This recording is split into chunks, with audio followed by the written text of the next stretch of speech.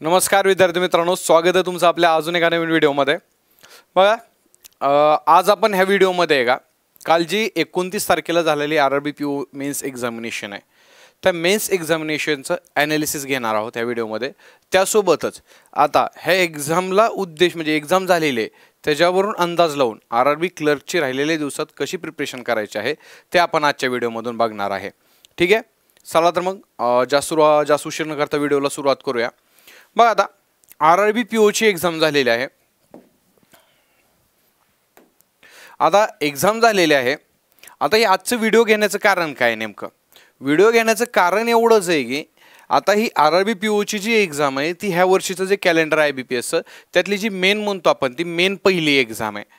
आता ह्या एक्झामवरून आपल्याला अंदाजा लावू शकतो की येणाऱ्या ज्या एक्झाम आहेत जसं की आरआरबी क्लर्क आहे, IBPS PO आहे, IBPS क्लर्क आहे, SBI क्लर्क आहे, IDBIची एक्झाम आहे, SBI PO आहे, ह्या ज्या येणाऱ्या एक्झाम आहेत त्या येणाऱ्या एक्झामला आपण आहे का जनरल अवेअरनेसची कशी तयारी करू शकतो हे आपण ह्या एक्झामवरून समजून घेऊ शकतो। लक्षात ठेवा, कारण ही फर्स्ट एक्झाम आहे, फर्स्ट मेजर एक्झाम आपण म्हणू शकतो आणि ह्याच्यावरून आपल्याला बऱ्यापैकी अंदाज आलेला आहे की कशा प्रकारे इथून पुढे जनरल अवेअरनेसचे का क्वेश्चन विचारले जाणार आहेत आणि तयारी आपली कशी असली पाहिजे। तर शेवटपर्यंत व्हिडिओ बघा, तुम्हाला समजून जाईल। ठीक आहे, बघा, आता आपण मागच्या वर्षीचा जर एक्झामचा पॅटर्न बघितला मागच्या वर्षीचा, तर मागच्या वर्षी कसं होतं रे एक्झामला? मागच्या वर्षी बघा आता की शेवटचे जे एक्झाम ज्या दिवशी आहे त्या तारखेच्या शेवटचे 2 ते 3 महिन्यावर आहे का जास्तीत जास्त मॅक्झिमम क्वेश्चन विचारले जायचे। मुलांना पण सवय पडून गेली की तेवढंच करायचे 2 ते 3 महिने आहे का आणि बाकी करायची गरज नाहीये, अशी सवय मुलांना पण पडून गेली। पण आरआरबी पीओने सर्वांना धक्का दिलेला आहे, डायरेक्ट मी तर धक्काच म्हणेल। ठीक आहे, जेवढे पण मार्केटमधले जनरल अवेअरनेस इव्हन शिक्षकांना देखील जेवढे पण आमचा पण अंदाज खूप सारे फेल गेले।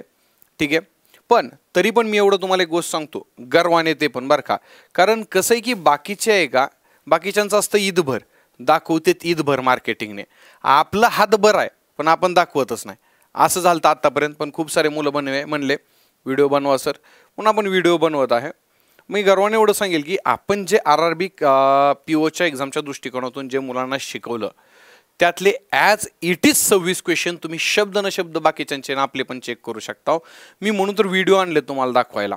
ॲज इट इज 26च्या 26 आपले क्वेश्चन आलेले आहेत आणि आपण जे इथं डिस्कशन करतो तो पण डिस्कशन दाखवायला प्रूफ मागतात ना मुलं आजकाल, मग डिस्कशनचं सांगू शकत नाही, पण डिस्कशनमध्ये जर जे डिस्कस केलेले क्वेश्चन बघितले तर ते क्वेश्चन आपण पकडले तर 33 ते 34 क्वेश्चन आपण जे घेतलेले त्यातले आलेले आहेत आरआरबी पीओला। मी मोगम बाकीच्यांसारखं उगं बोलत नाही, मार्केटिंगनं स्वतःचा प्रचार वगैरे तसं काहीच करत नाही, मी रिॲलिटी सांगतो तुम्हाला, आपल्याला सवयच नाही तशी। ठीक आहे, काही नसताना उगं कालवा करून धिंगाणा घालायचं नाही, आपले जेन्युन आलेले तुम्ही स्वतः ज्यांनी पेपर दिला ना त्यांनी लाईन टू लाईन चेक करावं, तुम्हाला कळेल। ठीक आहे, आणि डिस्कशनचं ॲड केलं तर 32 33 34 क्वेश्चन 34 पर्यंत क्वेश्चन आलेले आहेत बरं, लक्षात असू द्या। आणि ॲज इट इज बघितलं तर 26 क्वेश्चनचे मी स्क्रीनशॉट टाकलेले आहेत, तुम्ही ते चेक करू शकता। 26च्या 26 क्वेश्चन आहे का आलेले आहेत एक्झामला, आपण जे घेतलेले आहेत ते बाकीच्यांचं माहीत नाही, बाकीच्यांचं नुसतं नाव आलं तर तुम्हाला दिसतंय तिथं, आपले व्हिडिओ आहेत ॲक्च्युअल। ठीक आहे, समजतंय बरं? असो, चला बघा आता एक्झाम पॅटर्न बघू। म्हणजे आजचं जे लेक्चर आहे आता इम्पॉर्टंट काय आहे तुमच्यासाठी, आजच्या लेक्चरवरून तुम्हाला कळेल की इथून पुढे तुमची तयारी कशी असली पाहिजे, येणाऱ्या एक्झामसाठी तुमचं GAचं प्रिपरेशन कसं असलं पाहिजे, GA नेमकं तुम्ही ज्या पद्धतीनं करत होता त्या पद्धतीनंच केलं पाहिजे की तुमचा पॅटर्न बदलला पाहिजे GAचा, तुम्ही ज्या सोर्समधलं वाचत होते तुम्हाला कळेल लेक्चर बघितल्यानंतर ते सोर्स कामाचे आहेत की बिनकामाचे आहेत, सोर्स चेंज केला पाहिजे, तुम्हाला सर्व गोष्टी क्लिअरिफाय होतील। ठीक आहे, बघा काल आरआरबी पीओचा पेपर झाला, मुलं काय करत होते रे, मुलं मागच्या 2-3 महिन्यातलं करत होते, बस झालं एवढं करत होते, पण आरआरबी पीओने सर्वांना धक्का दिलेला आहे। धक्का का? नीट लक्ष द्या, आरआरबी पीओ मेन्स एक्झामला आहे का क्वेश्चन कधीपासून आलते माहिती आहे? क्वेश्चन आलते जानेवारीपासून, क्वेश्चन आलते, जोक नाही, जानेवारी महिना। बघा जानेवारी महिन्यातला एक क्वेश्चन होता, फेब्रुवारी महिन्यावर 2 क्वेश्चन विचारले गेलते, मार्च महिन्यावर पण 2 क्वेश्चन। आता तुम्ही म्हणसाल जानेवारीवर कुठला क्वेश्चन होता मास्तर सांगा? रेझिना डायलॉग म्हणून आलता बा, रेझिना डायलॉग म्हणून, तो जानेवारी झालेली मीटिंग आहे रेझिना डायलॉग, तो क्वेश्चन आलता तिथं। ठीक आहे, उगच नाही सांगत। बघा त्यानंतर फेब्रुवारीवर 2 क्वेश्चन होते, मार्चवर 2 क्वेश्चन होते, एप्रिलवर 4 क्वेश्चन होते, मेवर 7 क्वेश्चन आलते, सर्वात जास्त मे महिना। नंतर जून महिन्यावर किती क्वेश्चन आलते? 6 क्वेश्चन आलते, जुलै महिन्याचे 3 क्वेश्चन, ऑगस्ट 2, सप्टेंबर मात्र 1 विचारलेला। ठीक आहे, आणि गव्हर्नमेंट स्कीम देखील बघा मग पण 5 फक्त क्वेश्चन होते गव्हर्नमेंट स्कीमवर. ठीक आहे, 5 क्वेश्चन किती कमी आलेले आहेत. आणि स्टॅटिकवर टोटल 7 क्वेश्चन. म्हणजेच काय, म्हणजे स्टॅटिक जीके आहे का आपलं जीके ते, मग त्याच्यामध्ये स्टॅटिक जीके मध्ये मी कुठला क्वेश्चन टाकतो, G20 ला टाकतो. ठीक आहे, G20 वर आलता क्वेश्चन तो स्टॅटिक जीके मध्ये मी टाकेल, तो क्वेश्चन धरून बघा. आणि बँकिंग अँड फायनान्शियल अवेअरनेसचे 5, बँकिंग अँड फायनान्शियल स्टॅटिक वाला म्हणतोय, फायनान्शियल जसं की ओम्बड्समन आपण इथं वरडू सांगितलेलं मुलांना पेपरला जायचे, ओम्बड्समन करा, स्मॉल सेव्हिंग स्कीम करा, इम्पॉर्टंट आहेत. मेंटल हॅरेसमेंट चालता बा 1 लाख, हे ओम्बड्समन बँकिंग फायनान्शियल अवेअरनेसवर 5 क्वेश्चन आलते. स्टॅटिक जीकेवर 2 क्वेश्चन आलते, स्कीमवर 5. आणि बघा आता एक्झाम कधी होती, एक्झामच्या अगोदरचा आहे का 3 महिने जर आपण बघितले काहीच नाही विचारले, 1 क्वेश्चन 2 3 6, इथून पुढं कुठपर्यंत जानेवारी महिन्यापासून विचारलेले क्वेश्चन. जानेवारी महिना 1 महिना सोडला नाही RRB वाल्याने, 1 महिना. तुम्हाला त्याच्यावरून अंदाज येतोय का? जे मुलं लक्षात ठेवा, आता जे मुलं फक्त म्हणत होते की करंट अफेअर्स रेग्युलर करायची गरज नाहीये, शेवटचे महिने केलेले चालते 4-5 महिने, त्यांचे अटेम्प्ट झाले 10, 12 आणि 15 अटेम्प्ट झाले त्या मुलांचे. सकाळी धरणं कमीत कमी आहे का, मला एक 9 वाजल्यापासून आत्ता रेकॉर्डिंग करतोय, लेक्चर 12:30 होऊन गेलेलं आहे, तर आहे का 9 आतापर्यंत मुलांची काउन्सिलिंग चालू होती, PO पेपर झालेले, टेन्शनमध्ये गेलेत मुलं. तुम्ही काय करता माहिती आहे का, GA रेग्युलर करत नाहीत, प्री निघली की GA करू, किंवा मागचे 4-5 महिने गेले सफिशियंट आहेत. माझं म्हणणं काही GA तुम्हाला रेग्युलर करावं लागेल, रेग्युलर. हां ठीक आहे, आता RRB क्लर्कसाठी टाईम नाही, त्यासाठी काय करायचं ते मी पुढं सांगतोच तुम्हाला. पण इन जनरल सगळ्यांनी आहे का की GAला तुम्ही हलक्यात घेऊ नका. तुमचा पेपर निघणार आहे किंवा नाही निघणार आहे तुमचा हा ठरवणारा विषय म्हणजे जनरल अवेअरनेस असते, लक्षात ठेवा. कारण तुम्ही ह्याच्यावरून बघून घ्या, जानेवारी महिन्यापासून क्वेश्चन आलेले आहेत. जर तुम्ही जानेवारी महिन्यापासून रेग्युलर करंट अफेअर्स केलं असतं, आणि मग ज्या मुलांनी रेग्युलर करंट अफेअर्स केले त्यांचाच फक्त चांगला स्कोअर आलेला आहे, त्यांचेच अटेम्प्ट झालेले जनरल अवेअरनेसला RRB POला, बाकीच्या मुलांचे अटेम्प्ट झालेले नाहीत. ही गोष्ट लक्षात ठेवा येणाऱ्या एक्झामला. त्याच्यामुळे आहे का कंटिन्युअसली GA तुमचं झालं पाहिजे, कंटिन्यू. जानेवारी महिन्यापासून तुम्ही GA वाचलं पाहिजे आणि GA केलं पाहिजे. डेली 1-2 तास तर दिलेच पाहिजे GAला, 1 तास तर मिनिमम 1 तास तर तुम्ही दिलाच पाहिजे. बघा ना, गव्हर्नमेंट स्कीमवर देखील अपेक्षा होती, गव्हर्नमेंट स्कीमवर 8 ते 10 क्वेश्चन येतील, फक्त 5 क्वेश्चन आलेले आहेत. बँकिंगवर 5 क्वेश्चन आलेले आहेत, हे टक आलेले आहेत बँकिंगवर क्वेश्चन.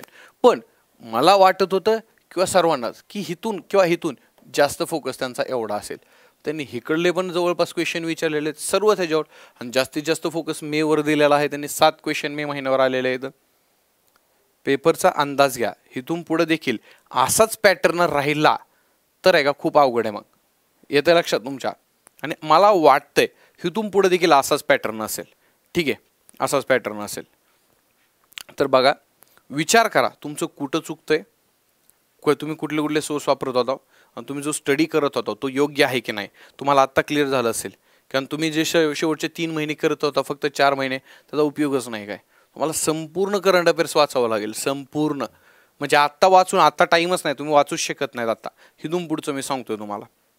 ठीक आहे, नीट लक्ष आहे. हे तुम्हाला मंथ वाईज क्वेश्चन काढून आणलेले आहेत आपण, 40 क्वेश्चन आहे टोटल, लक्षात ठेवा. बघा आता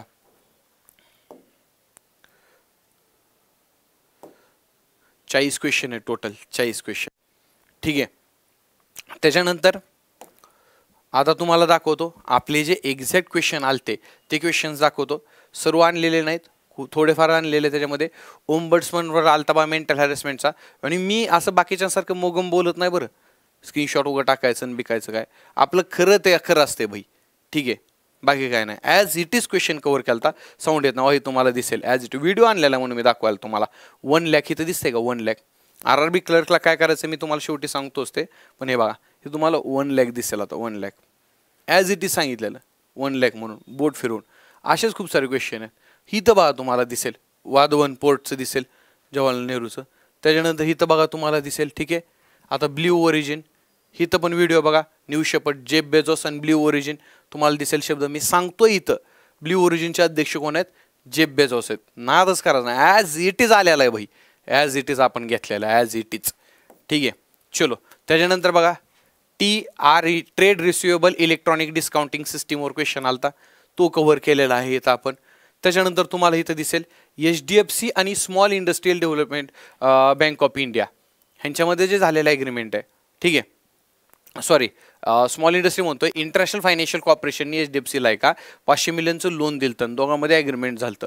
तो क्वेश्चन आला, तो ॲज इट इज आपण कव्हर केलेला आहे, तुम्हाला मागे दिसेल ॲज इट इज कव्हर केलेला आहे, जे जसा आहे तसा, फालतूपणा नाही, तुमचं कव्हर करून घेतलेलं आपण, कारण एक्झाम मी स्वतः देतोय, मला अंदाज आहे त्या हिशोबाने काय क्वेश्चन विचारले जाऊ शकतात काही नाही. तर त्या हिशोबाने मी तुम्हाला पुढे सांगेल RRB क्लर्कला काय करायचं आहे, पण क्वेश्चन बघून घ्या आधी, ठीक आहे.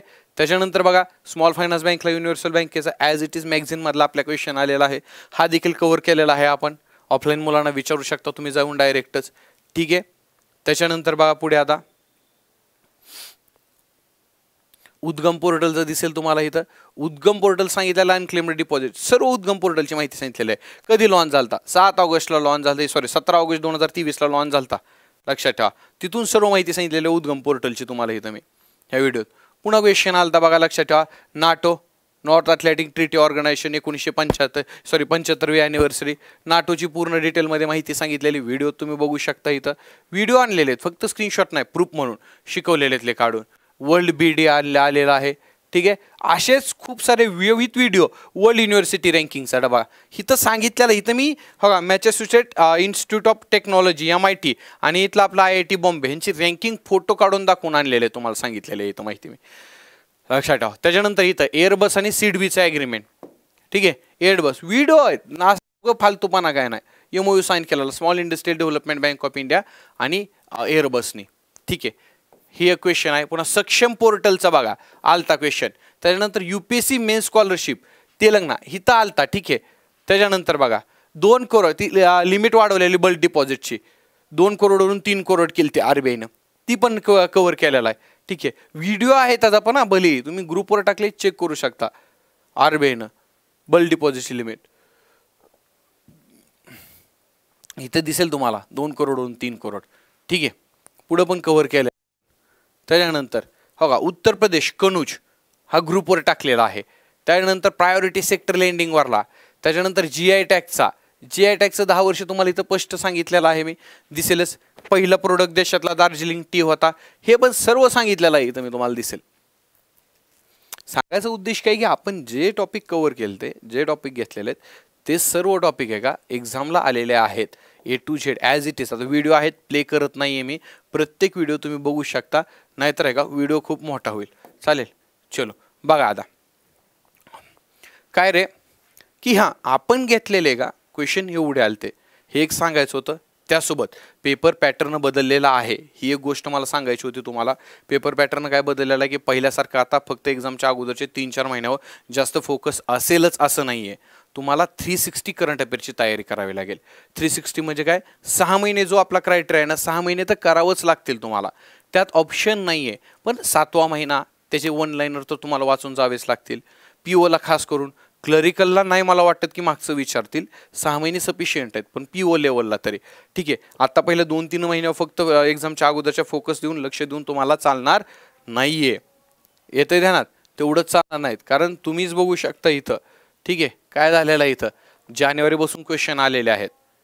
Government scheme static banking financial awareness किती इम्पॉर्टंट आहे बघून घ्या तुम्ही. इथं 5 क्वेश्चन आलेले आहेत. इथं स्कीमवर फक्त 5 क्वेश्चन होते. इथं जानेवारी, फेब्रुवारी, मार्च, एप्रिल, मे, जून, जुलै, ऑगस्ट, सप्टेंबर, 9 महिने क्वेश्चन आलेले आहेत, ठीक आहे.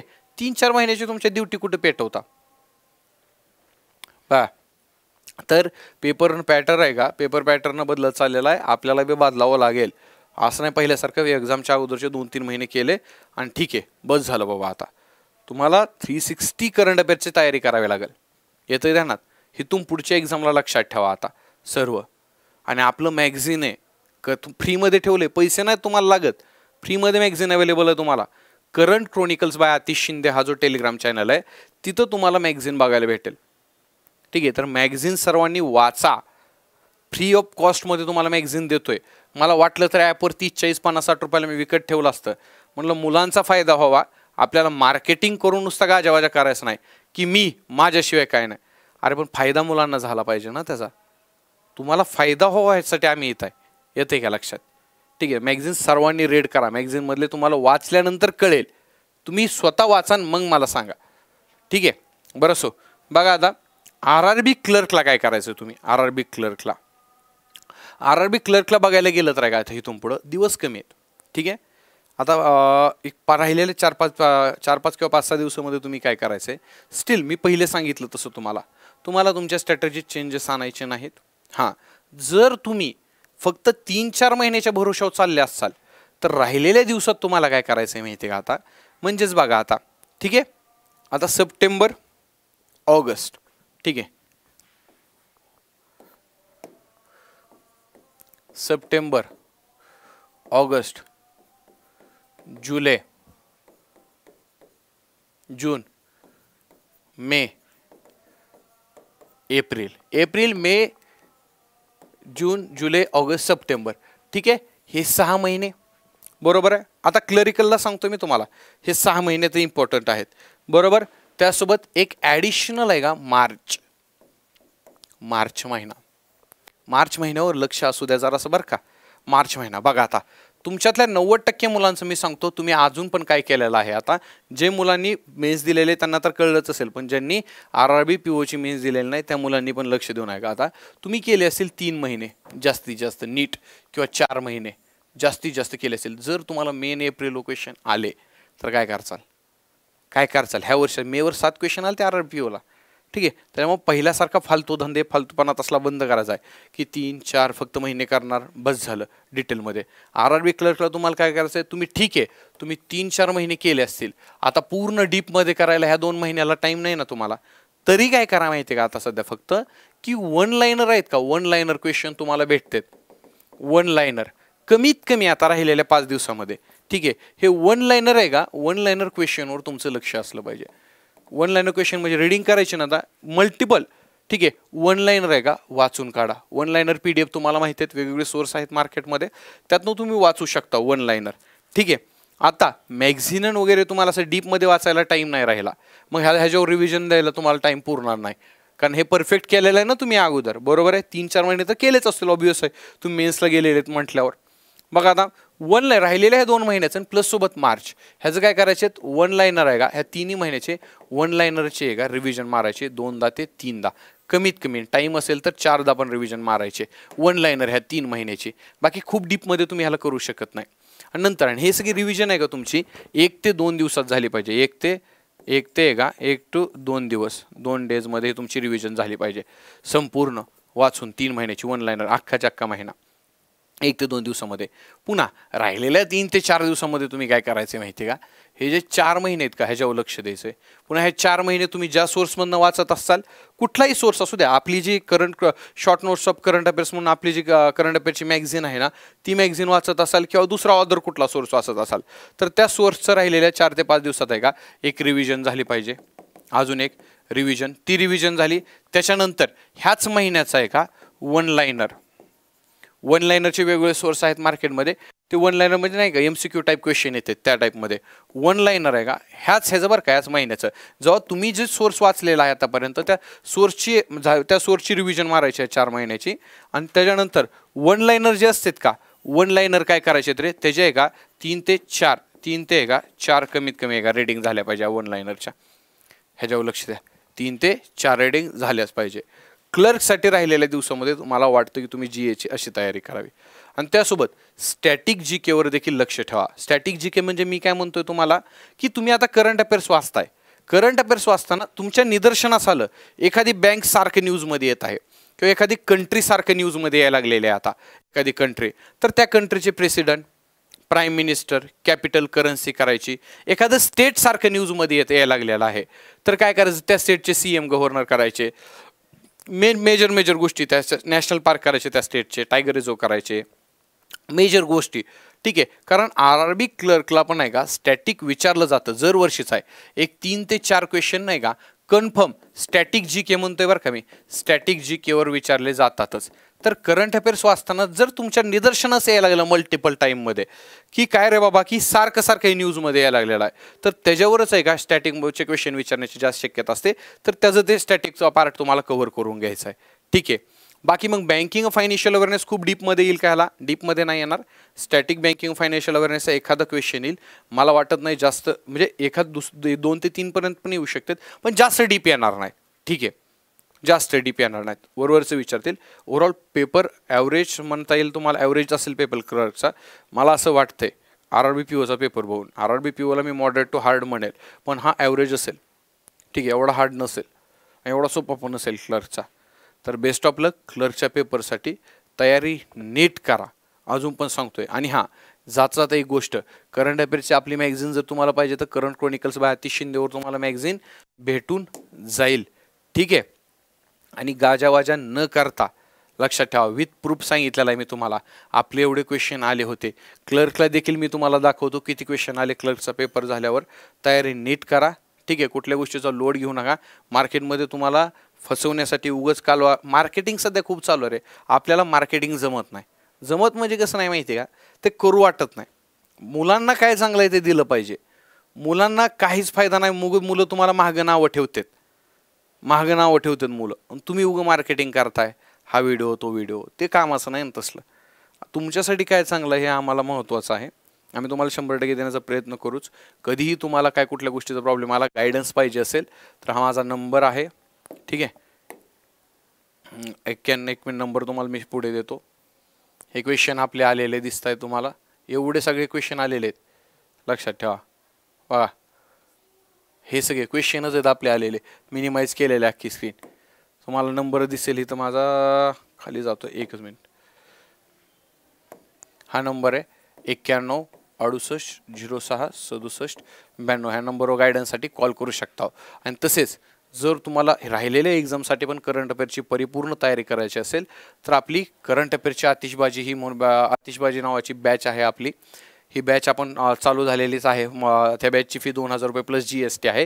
ह्याच्यामध्ये तुमचं स्टॅटिक, बँकिंग, फायनान्शियल अवेअरनेसचा पूर्ण सिलेबस 30+ लेक्चरमध्ये कव्हर केलेला आहे. तुमचे RBI सर्क्युलर सगळे कव्हर झालेले आहेत. आणि मी जे तुम्हाला स्क्रीनशॉट आणि व्हिडिओ टाकलेत का, ते ह्याच बॅचमधले आहेत. ह्याच बॅचमधलं सगळं आले. गव्हर्नमेंट स्कीम्स तुमच्या कव्हर केलेल्या आहेत. मंथली करंट अफेअर्स तुमचं होतंय. ह्या मंथली झालेल्या करंट अफेअर्सवर तुम्हाला क्विज देता येते टेलिग्रामला. मंथली मॅगझिन भेटते आणि प्लस स्टॅटिक GK तुमच्या बॅचमध्ये आपण कव्हर करून घेतलेलं आहे. ठीक आहे, आशा करतो तुम्हाला तुमचे सगळे डाऊट जे क्लिअर झाले असतील. तरी मग मला तुम्ही कॉल करू शकता. आणि आपल्या आतिषबाजी फीची बॅचची फी फक्त 2000 रुपये प्लस GST आहे. संकल्प 247 या ॲपवर जाऊन तुम्ही काय करू शकता, बॅच परचेस करू शकता. ठीक आहे, सर्वांना बेस्ट ऑफ लक. क्लर्कचा पेपर नीट द्या. चला तर मग भेटूया पुन्हा कधी. धन्यवाद.